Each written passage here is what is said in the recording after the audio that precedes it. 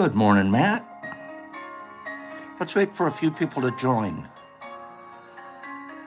Good morning. Billy D. Hey, Bill, I got that envelope with that in it. It'll go out today, bro. Okay? Gotcha. Thank you. Out today. Good morning, Bridget.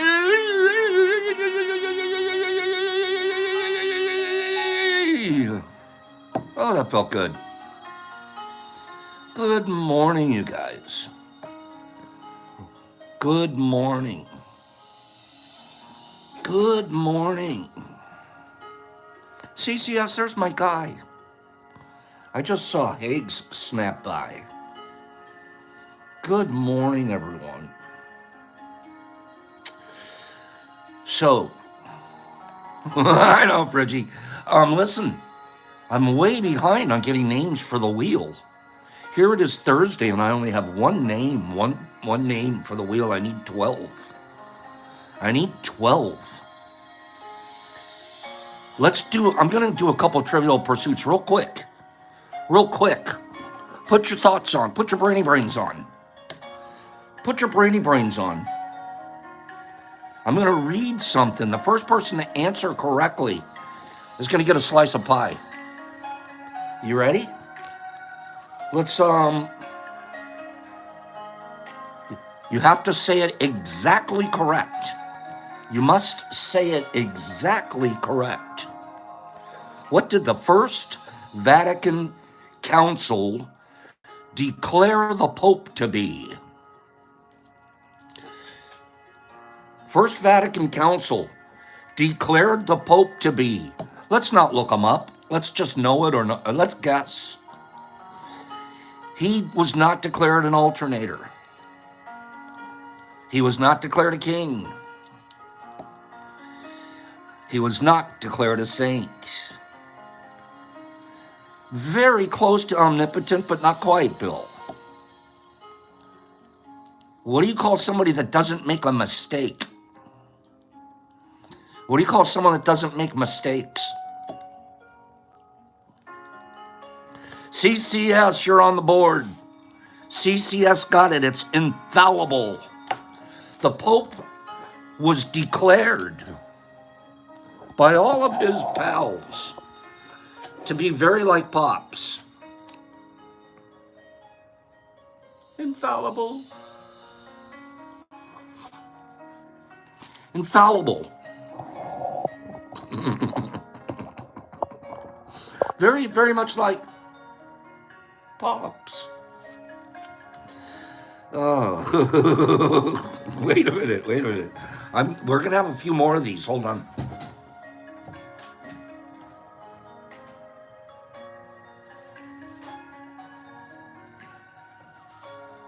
I have to get people's names on the board for tomorrow. We've got all this fun stuff to give away tomorrow. Who wants to see a little bit of something we're going to give away tomorrow? Give me 5 people. Pops, what's the idea? Jesus Christ, I'm so nervous to spill anymore. Who wants to see something we're going to give away tomorrow? 5 people. 5 people there. So far, I've seen like 3 or 4. Larry B, you don't care. Who else? We're going to give a little something like this away. Some of these. Yeah, we're going crazy over here. Yeah, the harvest is in. The harvest is in, fellas and gals. I'm going to have a commercial at the end of today's show. Okay? I know, Larry, I'm teasing you. I'm going to have a harvest. I'm going to show you, Kim, that gives a whole new meaning to Big Bag Friday, does it not? Does it not? Okay. How about this one? First person to answer this correctly is going to get a slice of pie. What is a slice of pie? Well, it means you get your name on that board. I have to still clear off all the last week's. And so far, I only have 2 people for this week. I have Kim, who chose a green piece. CCS, what color do you want? You could be blue, green, red, or yellow. CCS. Mr. C. Which color do you want? You're going yellow. As long as I think about it once in a while, why don't I give you guys your own choice there? Anybody want a piece of pie? Give me 5 people that want a piece of pie. Until then, I can't go on. 20,000 people? Who wants a slice of pie? I like pie too. You know, I like pie more than cake.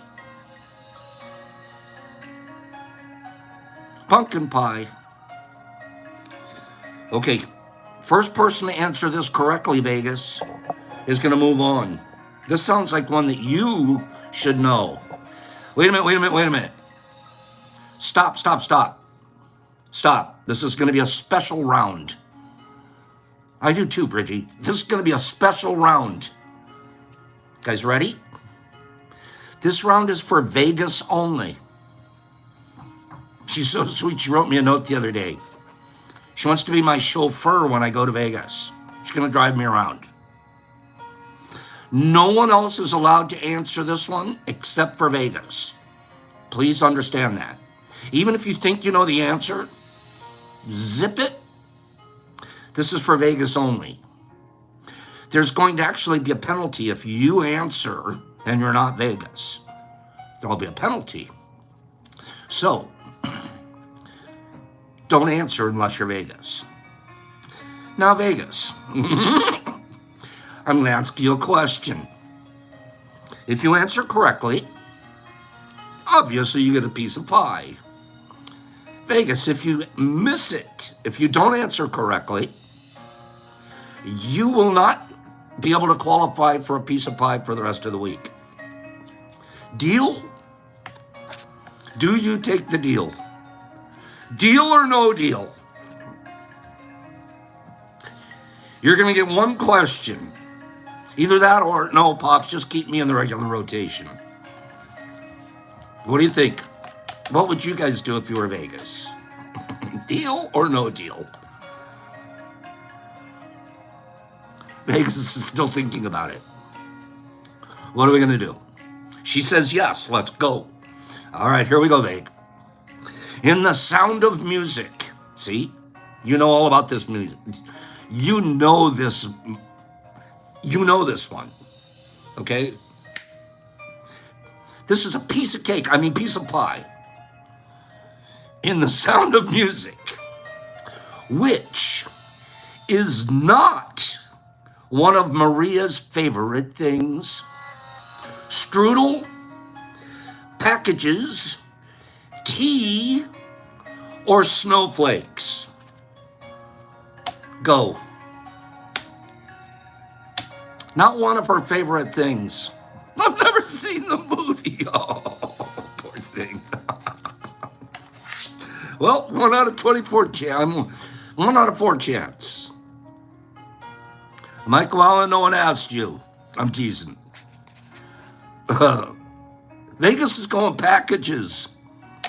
Jolie knew the answer. Jolie says, Vague, psst, psst, Vegas.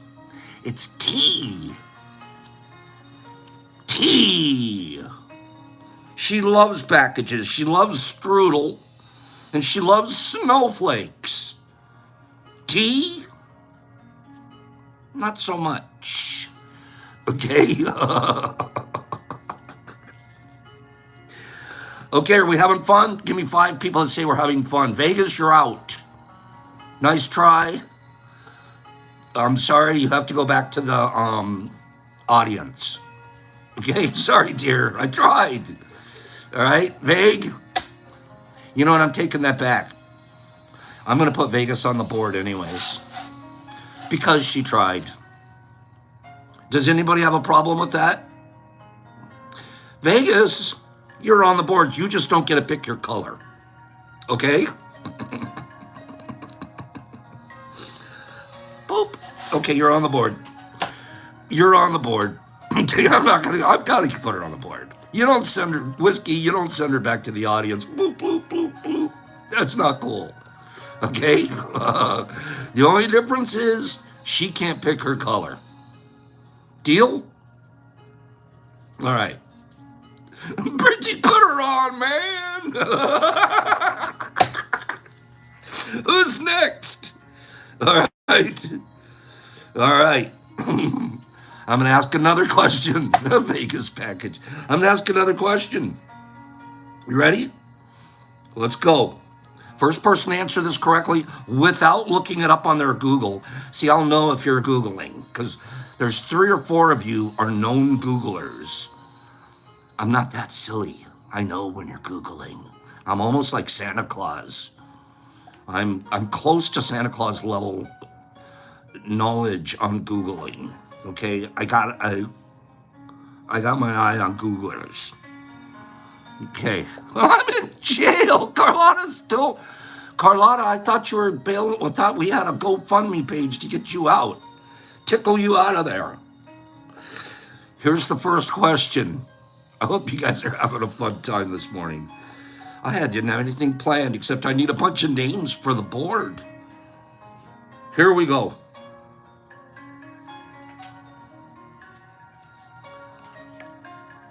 I have to look up the answer. Okay.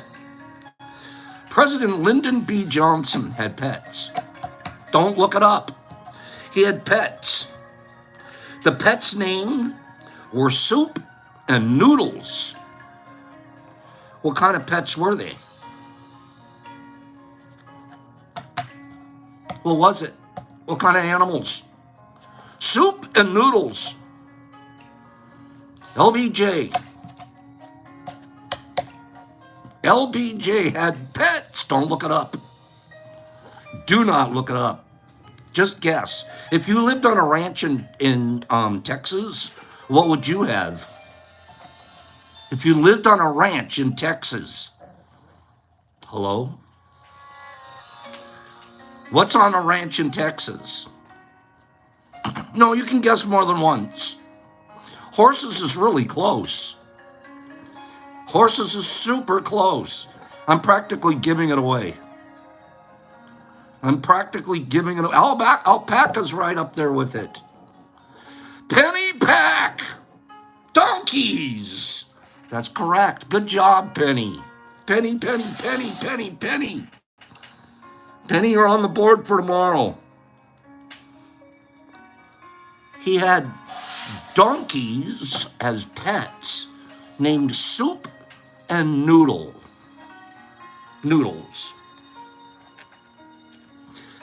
Pops is super smart. I had no idea. I had zero idea. But I was doing my own thinking. Like if I was playing Trivial Pursuit, Lyndon Johnson, he's got a ranch. I'm not thinking turtle. No. He's got to be some kind of a ranch animal. Could even be a goat. I almost went goat. First person to get this correct gets a piece of pie. Ready? You ready for pie? First person to get this one correct. Do I have to keep saying it? Don't Google. Isn't that just an agreement we all have? Can we sort of take an oath to each other to impeccability? That we're just playing games. We're not trying to out-research one another. Let's not be researchers. We could have a game where I'll do that someday. Where I'll come up with something you can only find out if you Google, and then we'll have a contest to see who can Google the fastest. So, Googlers, hang in there. We're going to remember you soon. Okay? We're not against you. But just pretend you're at a party. We're sitting around nobody gets to pull out their phone and look up the answer. What did the Russian space station named Mir mean? Russian space station named Mir. What's it mean? Mir. M-I-R, Penny. It's spelled M-I-R. M-I-R. Catzilla, meow. Meow! Catzilla got it correct. It means peace. It means peace.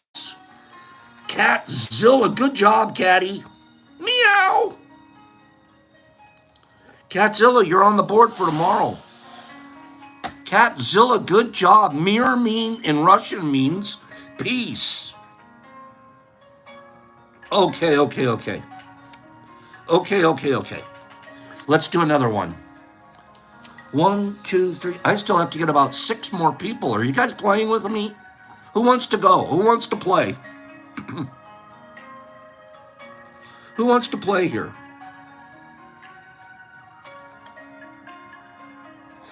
Here's a good question for you. Don't look it up. Don't look it up. In what country was President Barack Obama's father born? Barack Obama's father. Obama's pops is from where? What country? Sandman. I'm going to give it to Sandy. Penny had it right before you, but Penny, you're already on the board. The answer is Kenya. Oh, and CCS too. You guys are all smart this morning. CCS and Penny said Kenya, but you guys are already qualified for the board. So Sandy was the third one. It's almost like the whole crew is on here. Sandy. Just so you guys know, I'm not playing favorites. Just look at I'm just reading off my board. Brilliant. Sandman, the answer is Kenya. The answer is Kenya. Obama has a very large extended family in Kenya. Sandy, you give your spot to a noob. You tell me who to take your spot. Seriously. Work it out here. Sandy wants to give his spot away. You guys tell me who to give it to, Sandy. I'll wait.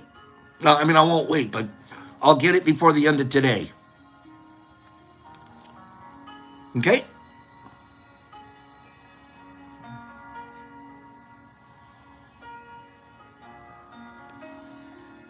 Here we go. I have to do another one.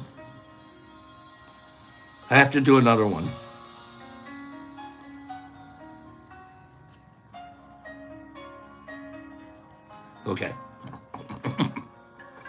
You're gonna like this one. You're gonna like this one. Okay. Who do you give it to? You gave it to Monofly? I like the name Monofly. Right? He probably ties his own flies, Sandy. Monofly, you're in. Monofly, you have to be here tomorrow. And then at different points during the show, we spin that wheel and we give prizes away if somebody gets their name.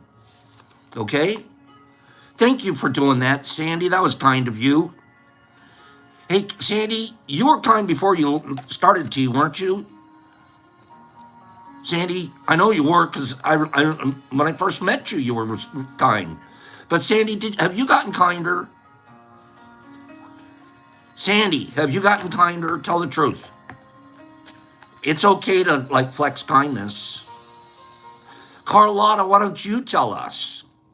Has he gotten kinder? The try part's the key. That's the practice part, Sandy. I love my guy, Sandy. Here we go. I got to do another one. Okay? I got to do another one.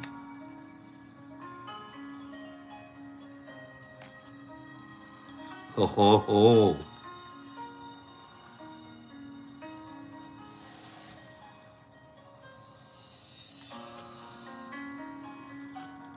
Oh, boy. Oh, boy. Wait for this one. Wait for this one. No Google, no Google. President George W. Bush gave a surprise neck massage to the leader of what country during a 2006 summit? Well, Bushy's giving massages at international summits. What country? That is so creepy, Bush. What are you doing? The little Bush whiskey. Yep. What? He did a reach around. No, you guys, you have to go think about it. Ghastly got it. Ghastly knows that there was a woman chancellor in Germany, right? Angela Merkel. Have you seen Angela Merkel? She looks like a tank. Okay, George. George, you're not supposed to give Angela a massage. George, what are you doing giving Angela a reach around? Like, what's the press? No. What's Laura gonna think?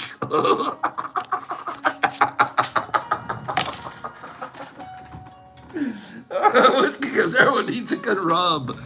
Like, what? How weird. Why did he do that, nerdy? I don't know. I'm having a hard time with this one. Why?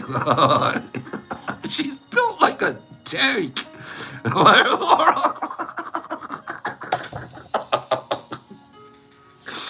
Oh, jeez. What are you doing, Georgie? No. Major gaff.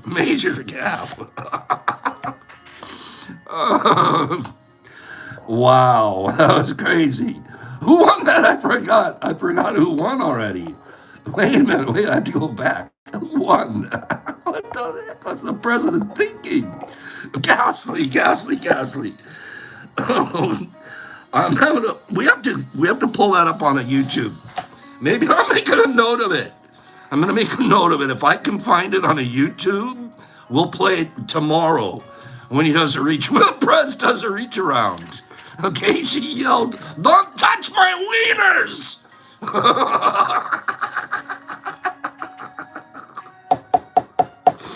Angela, what's she purring? What president of the United States gave a random massage to a tank? No schnitzel.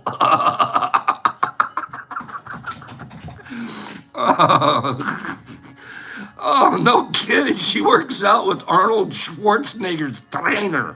Okay? I can picture Georgie doing it too because he was a kind man. He truly did. He didn't even have a clue. He goes, I don't know, this is wrong. Laura slapping him all the way home. Like, not because she's even offended, because she's like, your PR is going to kill you.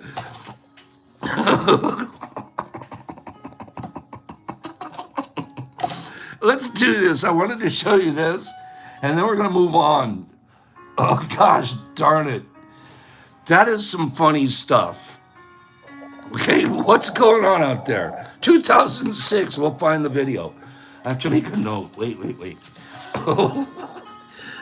I never heard that before. I was around then. I promise I was still around. Massage. Maybe it's not even on video. We'll see. Okay. Hey, you want a back scratch? Ew, Prez. Okay. Don't touching my wieners. Michael Allen found it. See, he's the fastest Googler in town. We know that already, Michael. And you're proving it. Good job. Okay, here we go. I want to show you something that Michael Allen sent us. This is funny. Okay, wait for it. Wait, we were doing riddles yesterday. Okay, we were doing riddles day before yesterday. Yesterday, I get this in my email box. This is, let's just admit it, ridiculously cute. What do you hit?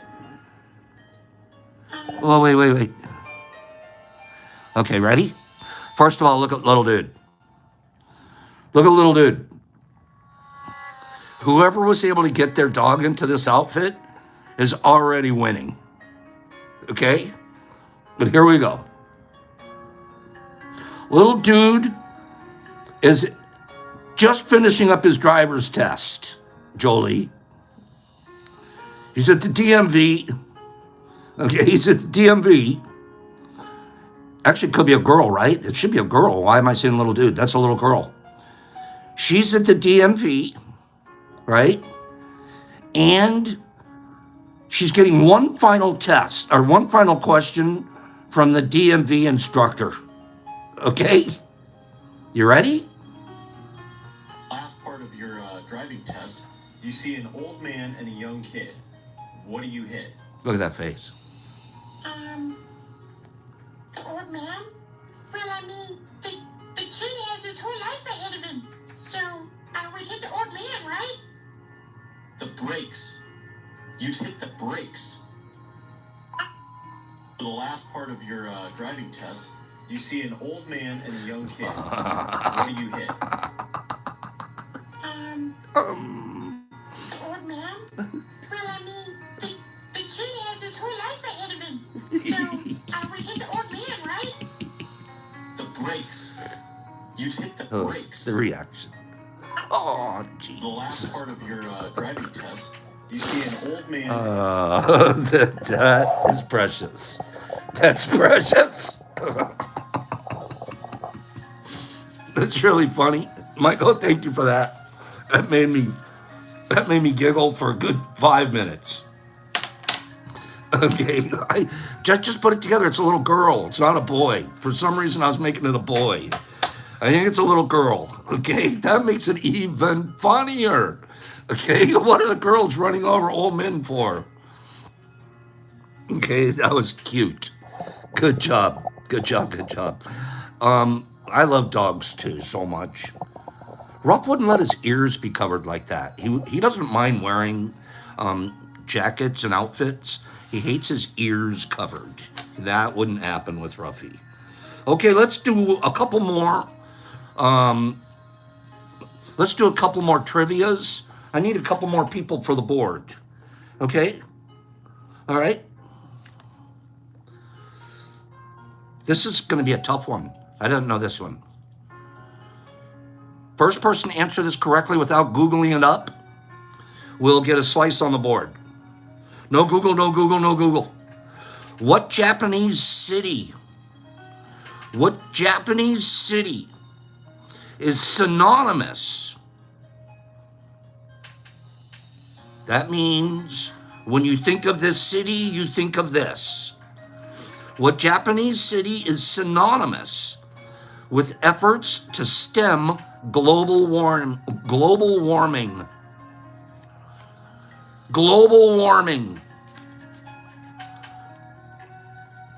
What Japanese city? Okay, somebody has it correct, but they're already on the board. I'm going to pass them by. I'm going to go for somebody that's already on the board. I'm going to pass the other ones by.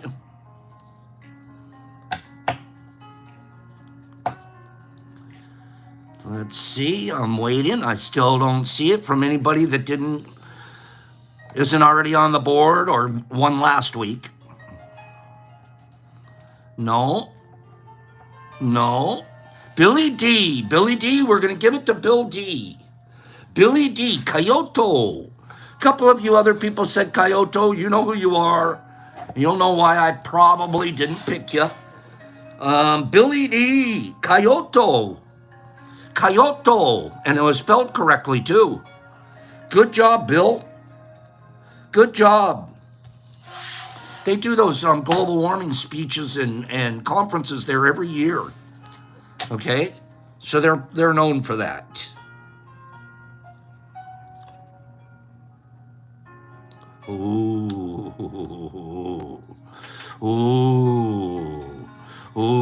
this is a good one. Wait for it. Wait, smarty pants. Kim, that was a good one. Good job there, girl. Wait for this one. You ready for this one? What does a basilisk do to earn its nickname as the Jesus Christ lizard?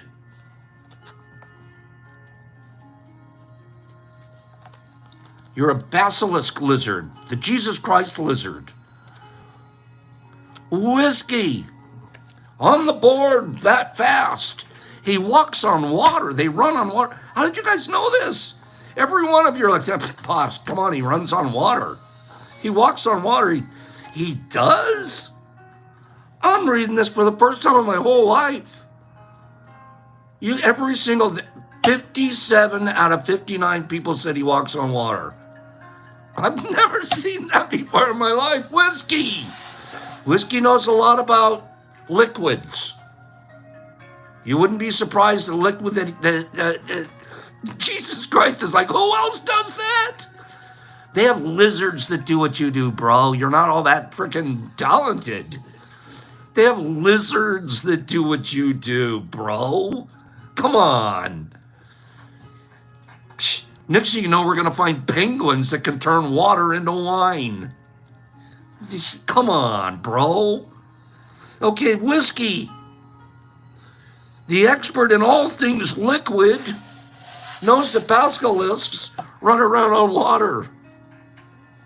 And Jesus Christ is like, I'm losing a lot of power over here, you guys. They walk on water. Listen, pockets of air under its fast-moving feet keep it from sinking.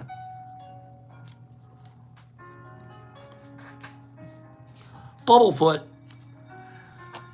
It's got like 4 little bubbles under each foot. Boop, boop, boop, boop. Bubbling. They walk on water. Jesus Christ, you're nothing. Ooh. I don't mean it that way. I meant the guy in Australia and those skills that you've been practicing. You need to get a lizard, bro. Okay. Whew. Okay, one more. Let me do one more. So it runs on air, not water. Streety's getting all technical about it. It runs on bubbles. Oh, so it's floating. I see. Okay. How about this one?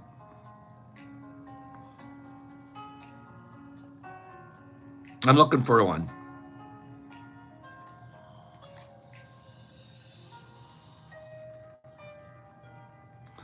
This one's going to be really obvious. So this one, Streety, that was good. So this one's going to be really obvious. Basically, it's going to be fastest finger test. Okay? Everyone knows the answer to this one. So this is going to be a fastest finger test. All right? Remember my rules internally is if you won one of the big prizes last week or you're on the wheel already, I just ignore your name now. I just ignore you. You ready? Who called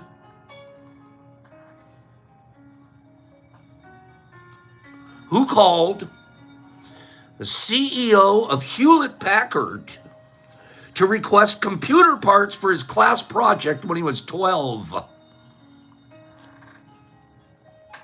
Go.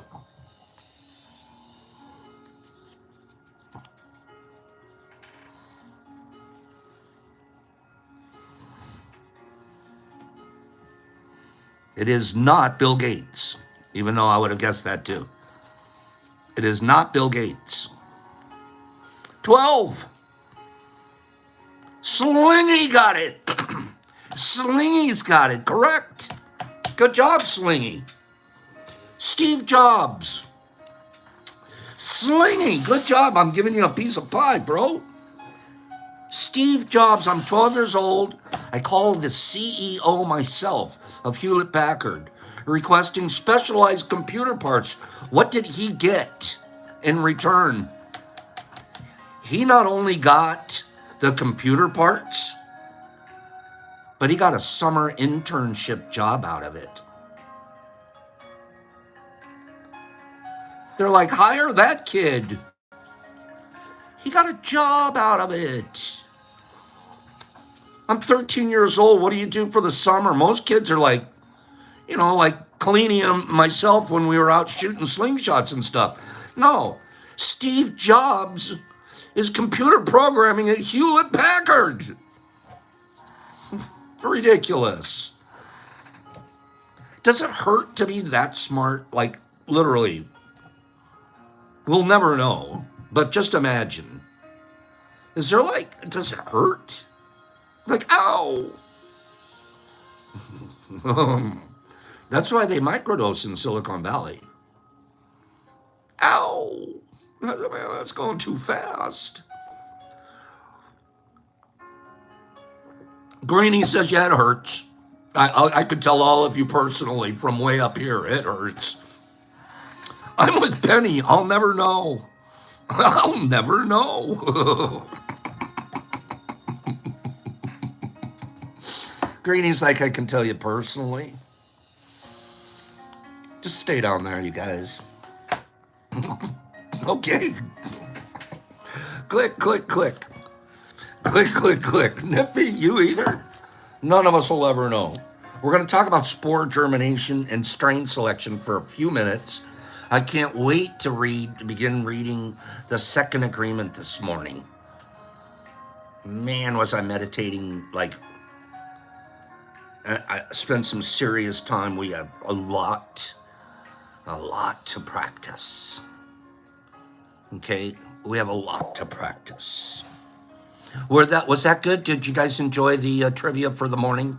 Give me 10 people, 10 this time. We put 1, 2, 3, 4, 5, 6, 7, 8. We put 9 people on the board already. 10 total. We'll do 2 more before we go today. Okay? We'll do 2 more. We'll jump in here and get 2 more people onto the board for tomorrow. Okay? I love learning with you guys. And the funnest part for me, some of this I don't know. That's why I'm reading it, because it's like, wow, what interesting. But I love your guys' answers. I love how smart my friends are. Do you guys see yourself as smart? This is a smart group. There's a lot of people don't know a lot of stuff. Trust me. Ever seen those man on the street things? How many states are there in the United States? That'd be 21, Bill. No. Ooh. I gotta show you guys something. Wait.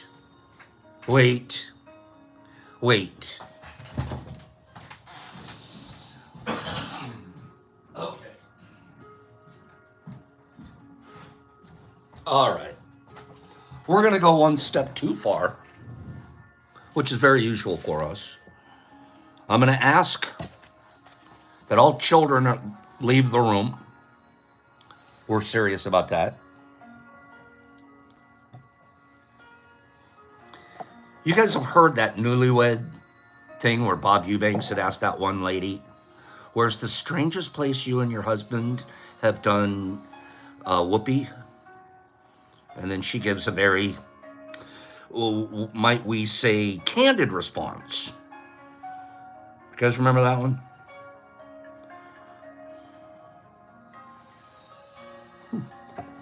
Because why? That'd be the butt, Bob. Okay. Okay. There's a whole nother one out there now. Okay. Oh, gosh. Oh, wait. I never saw it. I watch Jeopardy every day of my life. It's an addiction, a strange addiction. Okay? Strange addiction. I never saw this episode. This one's from back in the day with Alex Trebek. When my buddy Alex was still around. You ready? You ready? Be ready.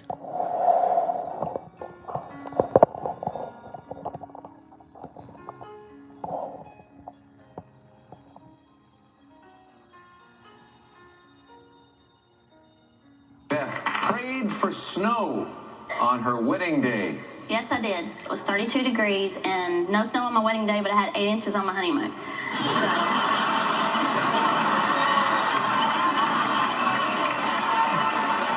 Mary Beth prayed for snow on her wedding day. Yes, I did. It was 32 degrees and no snow on my wedding day, but I had 8 inches on my honeymoon. The hell? Beth prayed for snow on her wedding day. Yes, I did. It was 32 degrees and no snow on my wedding day, but I had 8 inches on my honeymoon.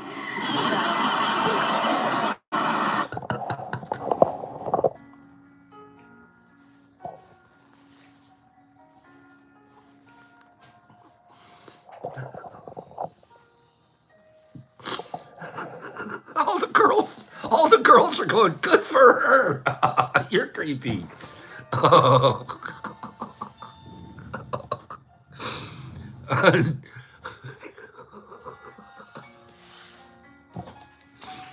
Oh, God, that got Ted laughing. Good, Penny. Alex's face, right? Oh, boy. Okay.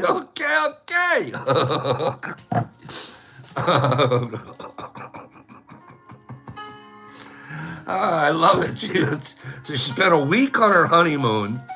It snowed the whole honeymoon, and she ended up with, a little bit extra snow at the end of the honeymoon. Stop it, the rest of you out there. Okay, of course it's gonna gather an amount over the week. All right.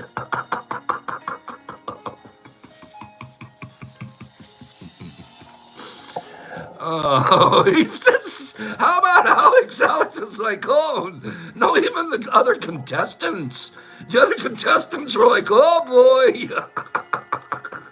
And she's so innocent, she doesn't even know what she just said. Her eyes are just like, yeah, well, hey. Okay. How would you like that to be your 15 minutes of fame for the rest of your life? That's it. That's you right there. Okay. Anybody get?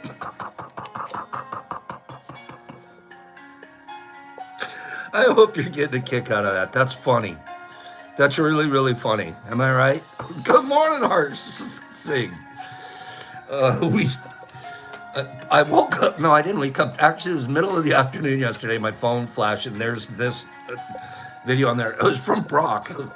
Brock had found it somewhere, and he knows I'm a Jeopardy just freak. Thank you, Harsh. He knows I'm a Jeopardy freak, and he said that to me. I have never seen that one. Okay. The power of our words. Here we go. Let's talk about spore germination for a couple of minutes. We have, if you remember last week, the last thing we did was we had taken plates, blank agar plates, and with our multi-spore syringe, it's often called an MSS, multi-spore syringe. You could either have an LC syringe or an MS syringe, a liquid culture syringe or a multi-spore syringe. Multi-spore means you're starting out with the sperm of the whole deal. Liquid culture, you're starting out more in an embryonic state, much further advanced. And generally, you're also strain selected by that point, too. So here we have a plate that we've put in multi-spore, probably 3 or 4 different dots on it, and we've watched it culture in all of these different little colonies on the plate. Okay? So we're going to go to that plate now.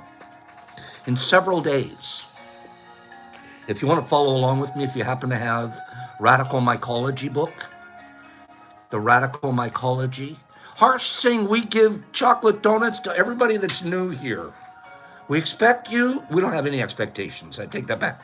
What it's fun is when you save 1 or 2 and you give 1 to a new guy next time you're here and there's a new person. We all have extra chocolate donuts. It's pretty crazy. And if you don't, you just ask around, say, hey, can I get a chocolate donut from you? You'll get plenty. Okay? I'm on page 234 in the Radical Mycology book. Spores, germination, and strain selection. In several days, visible areas of mycelium should appear on your plate as your spores begin to germinate and mate. Distinct sectors will be apparent, each being a different strain. The spores themselves will find their mate on the plate, and each section will be its own colony. What's fun is when if you watch you watch them grow together, you watch them continue to grow. One will never encroach on the other. They find a border. They stop at that point. And they're basically out of food too. One doesn't try to take over the other. It's fascinating. I wish it was more like that in the Middle East. Distinct sectors will be apparent, each being a different strain. Some of these mycelial networks will have different appearances from the others, while others similarly, that look kind of similar, will butt up against each other. And they form boundaries and ridges, signifying incompatibility. They bump up against each other almost like continental plates. And then they form their own little mountain. And they're like, no, I don't want to go into this land, and no, I don't want to go into this land. I'm my own little guy here, and I'm my own little guy here. It's really neat to see on your plate. The constellation of strains, that means the group of them, covering your petri dish can be used together as an inoculum for grains. You can take this whole plate like it is, 3 or 4 colonies going on it.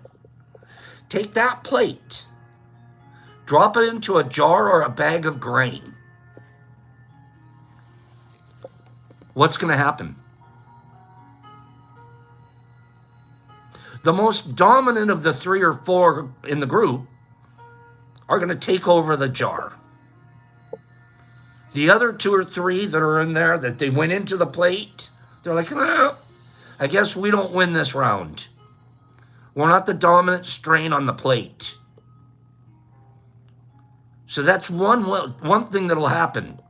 Now, we're also not sure what we're going to get. I don't have a clue. I don't know which of those 4 took over the jar. And I really don't know what each of the 4 are. Here would be a smarter thing to do. If I have 4 different colonies on there, I should sector it.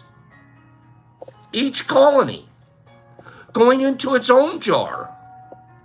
And then I get out my fantastic little scientific notebook and I keep track. This is the day I inoculated my jar. Day 5, this is what I see.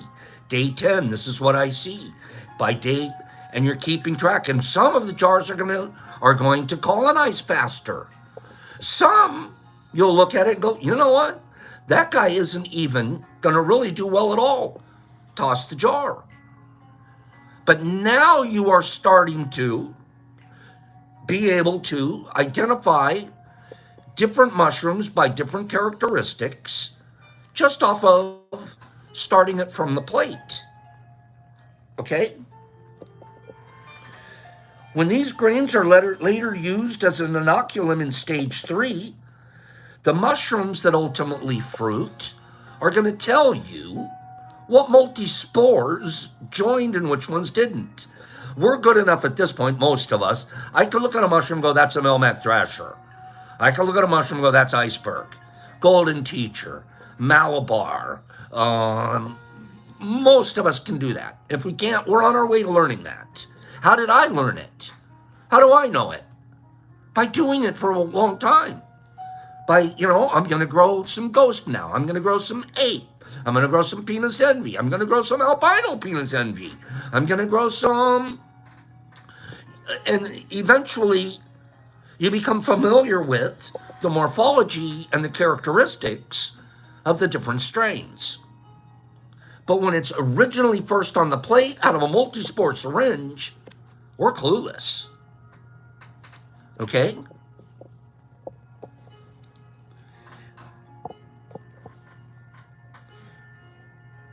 If we took that multi-spore syringe and we ended up just using it, let's take a multi-spore syringe and inoculate a jar. We're not doing it onto agar.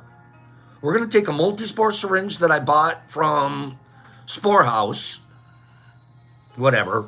I'm going to inoculate my jar in my bag. I'm going to sit back and I'm going to wait. I'm not going to get a very strong strain, even though something's going to eventually take over, and one of the strains that was in that syringe is going to end up winning the mycelium battle in the jar.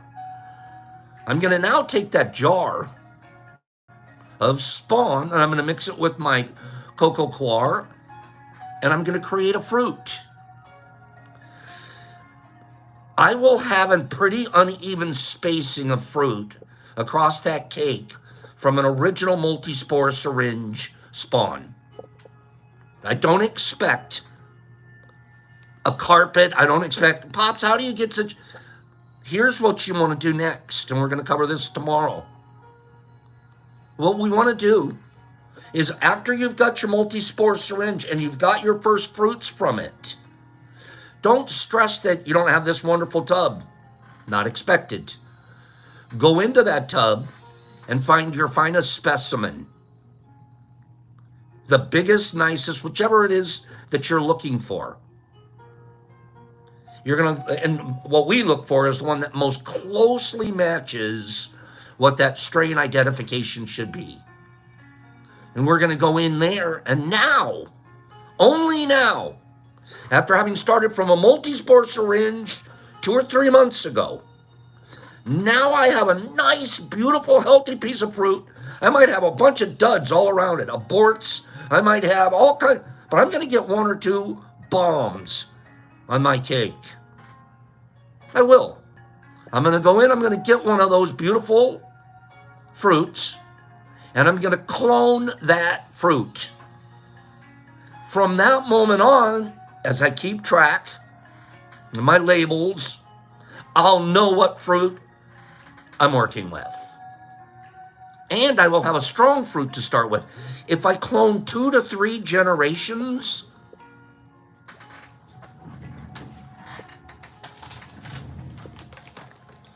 I'll end up with that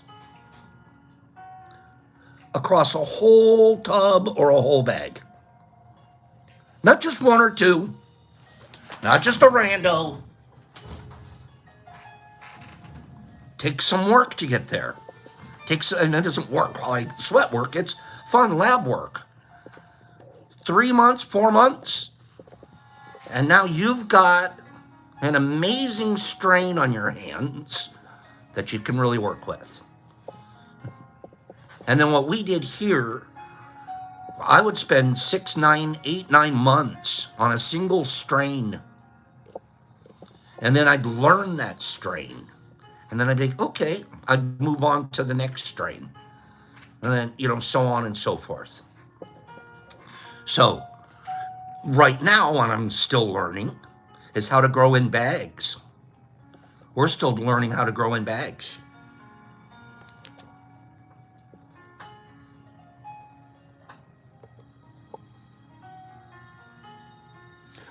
One to 3 months later, once the strains have fruited and notes can be compared, the cultivator can return to his top performing strains and work with this culture in future endeavors. Again, that's what we try to do here. We'll really, what's the right word for it? Just clean it up and get it to its highest level of performance that we can, given, even the limitations that we have.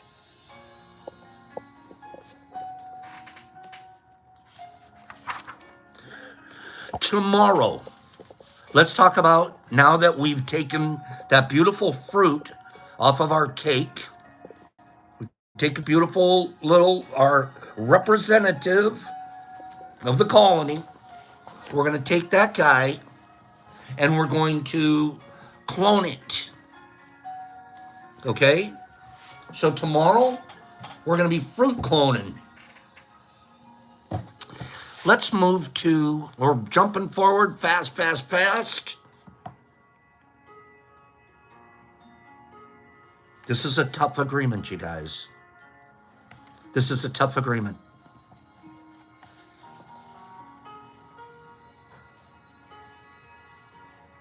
We're on page 47 of the 4 agreements. The first agreement was to be impeccable with our word. Just one of the most important parts about being impeccable with our words, being cognizant of the power that we have. I don't know anybody here. I really don't. There's not one person sitting here going, I can't wait to find out this information so I can use it for evil gain. That is not here.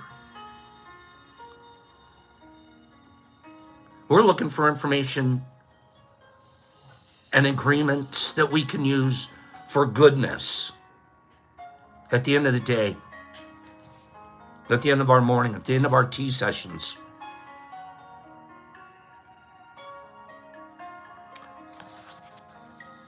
It's so important to understand, just in summary of yesterday, it's so incredibly important to understand how powerful our word is. You guys have examples all through your lives of when you were impacted by someone else's word, both in a positive and a negative way. So you know, doesn't need to be beat into your head, you know. The knower does, by the way. The knower does. So now we're practicing. We have this idea that we know our word has a ton of power, and we want to use that power for positive magic. Do we have that as an agreement, a starting point? Putting agreement number 1 as our platform? I'm looking for a couple of replies. To go ahead and dive in there and agree. We're going to agree our platform is, we understand the power of our word, and we really do. Yeah, we're human. We're going to make a mistake. I don't own that part. But our practice is to just generate the power of goodness and love with that word, knowing how fertile our mind is. Okay, that's our starting point. We're going to take the next step. This is a hard step because this step means bye-bye ego. It also means hello compassion. It also means, what it really means is how insignificant you are.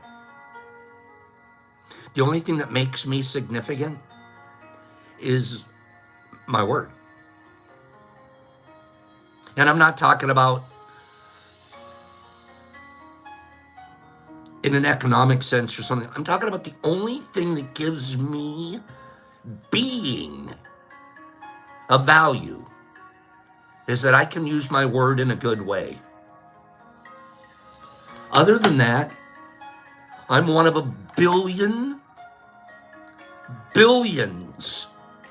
I'm just literally, I think of this often, especially as I'm getting older and more terminal.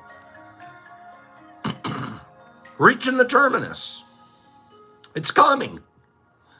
I'll end up 1 grain of sand on a big beach of the world of population. We are all completely insignificant in that regard.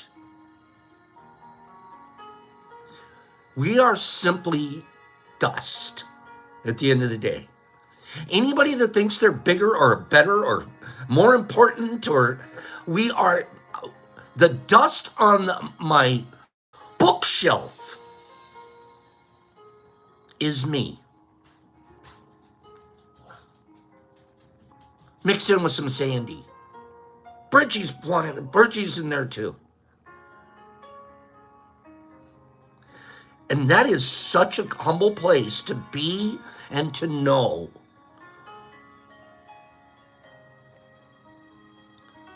It doesn't mean I can't have an impact, because dust will make me sneeze. So I can still have an impact.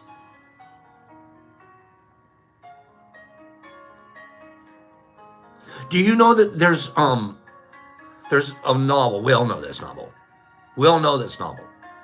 War and Peace. If you take all of the characters, text characters, A, B, C, D, punctuation marks, you take everything in every single character in the complete novel of War and Peace.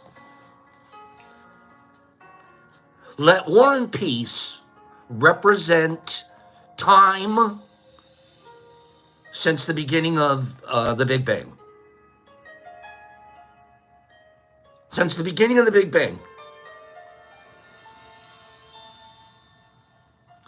Man with the written ability, speaking and written ability, represents one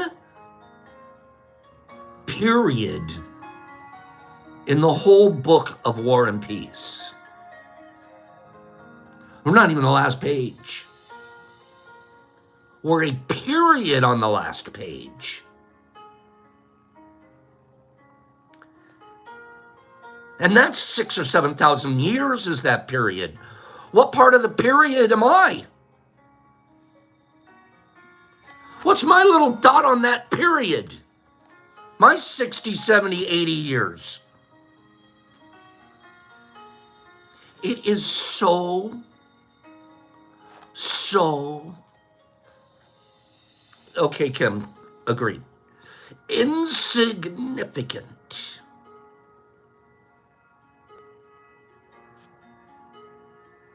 And if I can't realize that, then what I do instead is I make myself, well, Hitler did it. Narcissists do it. Egomaniacs do it. Megalomaniacs do it. They make themselves so ultra important. They're the center of everything.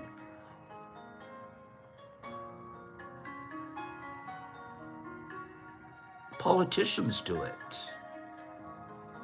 Center of everything. You're nothing, bro. You are nothing. Just like me. Let's shake hands and start from there together.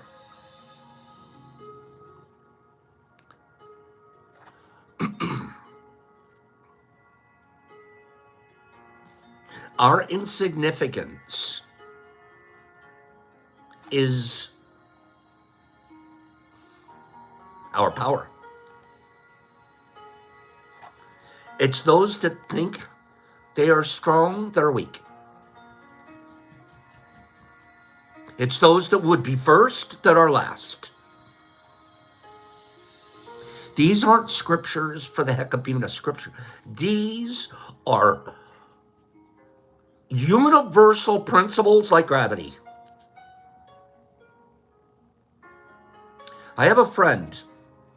He's not even a friend because I don't like him. I know a guy. Remember I told you guys I don't have to like you. And when I don't, I avoid you. I don't tell you I don't like you. I just avoid you. Let's take a different path. I see you coming. Oh, I wonder if I can get in before they see me. I just avoid you. And if you're in the same room as I'm in, I can be polite until I have an opportunity to get out of the room.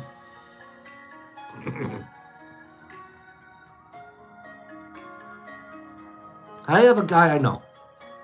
He's a guy I avoid. One of the reasons is because he takes everything personal. Are you talking about me? No, bro, I wasn't talking about you at all. There must be absolutely. Bro, it had nothing to do with you. I was just mentioning what a nice night it is out. What? So last night wasn't nice because of me? What? This guy is so... At the end of the day, it has to be self-centered. That it's pathological. You can't have a 3-sentence conversation about anything. Oh, you should have seen all these fish I caught. What are you trying to say? I don't catch very many? That never even entered my mind. No, that isn't what I'm saying. I'm just telling you how many fish I caught.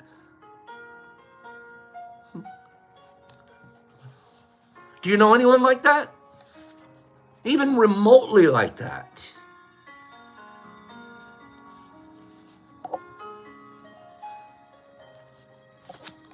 Some of these world leaders, some of these dictators, whether it's for a day or for a life, that's where they come from. That's where they're coming from. Everything's personal. It's about them.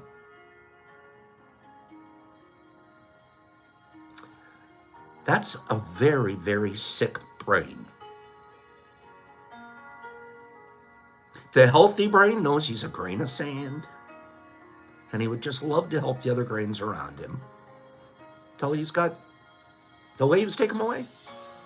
That's it. There's a little grain. Hope the other grains around me, I can help them out a little bit here and there, a little bit there, and pretty soon the wave's going to take me away, and I did my job. I did the best I could as a little grain. And that beach wasn't me. I was just a piece of it. You don't need to name the beach after me.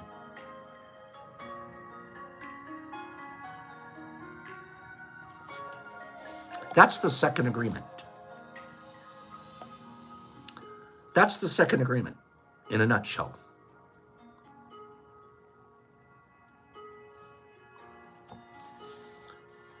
The second agreement is don't take anything personally.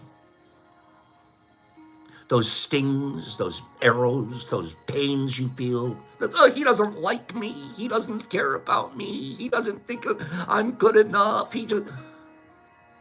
Every one of those came from inside you. You dealt it to yourself. Remember we talked about it last week? If you dealt it, you smelt it. No, if you smelt it, you dealt it. Mm-hmm. When you experience those pains, they came from you. You know how avoidable they are? Doesn't mean somebody didn't shoot at you. You know how avoidable it is? 3 years ago, you guys could have plucked me like a chicken.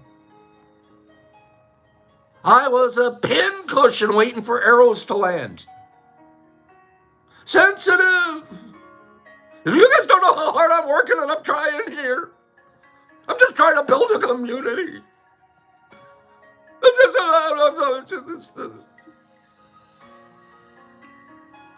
Growing up, tried a new agreement. I don't care what somebody thinks about me. To the biggest degree.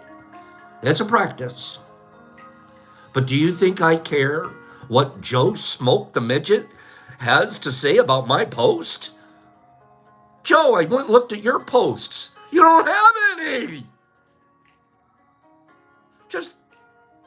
I can't take you more personal than I can take a bug.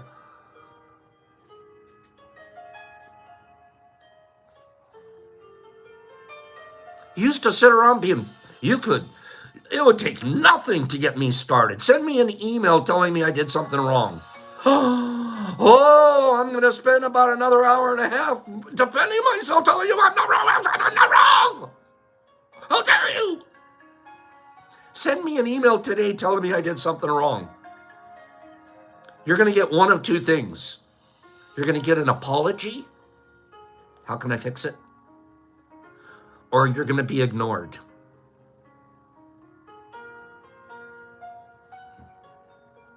That's it. It took practice. It takes practice. I still get a couple of emails. I'm complaining.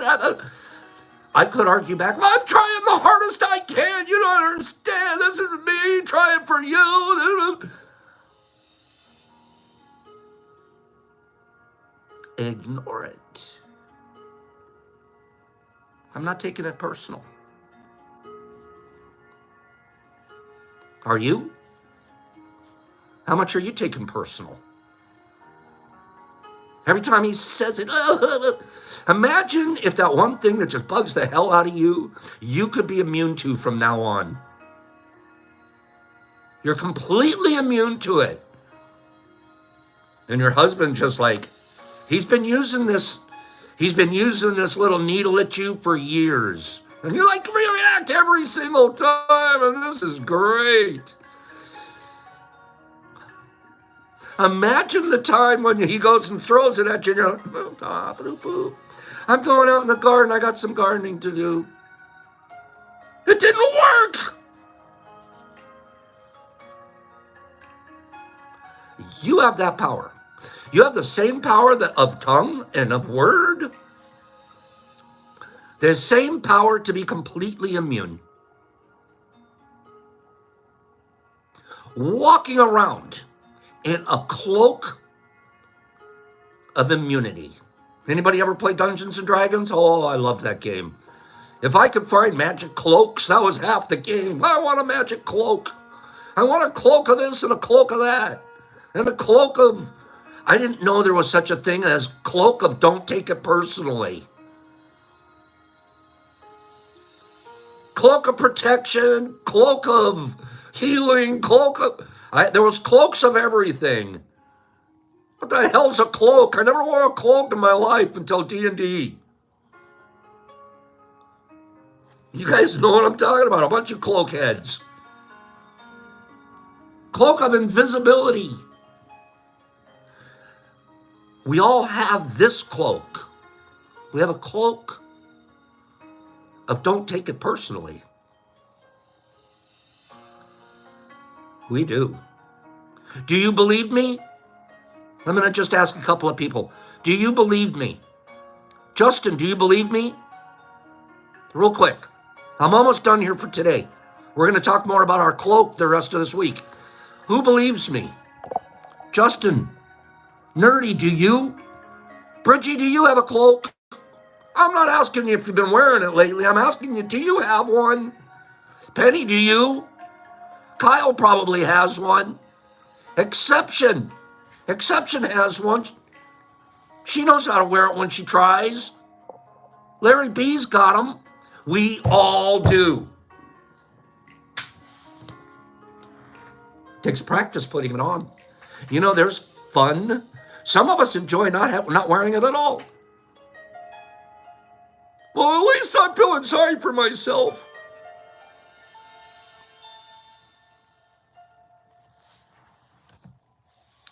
We'll continue to talk about this tomorrow. Second agreement. We're not going to be taking things personally. And when we don't, imagine the power. That along with the power of always saying good and being good, doing the right things, being impeccable. Now we're going to add to that, you can't touch me. Tag, I'll never get caught.